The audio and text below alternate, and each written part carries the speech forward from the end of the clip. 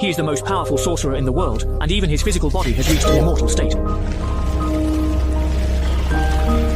But out of fear of a newborn child, he locked himself in the dark abyss for 20 years, because 20 years ago, a powerful prophet left a prophecy that he would be defeated by a true dragon reincarnated boy in 20 years. Thus, he devised a plan, training his most trusted minion, the Shadow Demon, to control the Beastman army to find this true dragon reincarnated boy. He even waged a great war 20 years ago, destroying much of the world. However, at a critical moment, several powerful Two Instruments masters intervened, severely injuring him at the cost of their lives. Subsequently, the sorcerer recuperated in the dark abyss, while the Shadow Demons and Beastman army continued their search. At the same time, he began to train other minions. He exploited human greed, offering evil power to those harboring resentment, granting them the strength they desired, but at the cost of becoming eternal servants of the sorcerer. Thus, under his manipulation, one kingdom after another was destroyed by his minions, yet the sorcerer still could not find the true dragon reincarnation. However, not long ago, one of his minions, the Hidden Demon, inadvertently received news that in a remote small mountain village, there were actually 4 true dragon reincarnated children, all born on the same day, and there was also a Two Instruments master guarding beside them. Thus, the Hidden Demon directly mobilized the army to attack the village, but the strength of the Two Instruments master Murui was truly formidable, as he single-handedly forced back a squad of beastmen. This infuriated the Hidden Demon. Since commanding the Beastman army,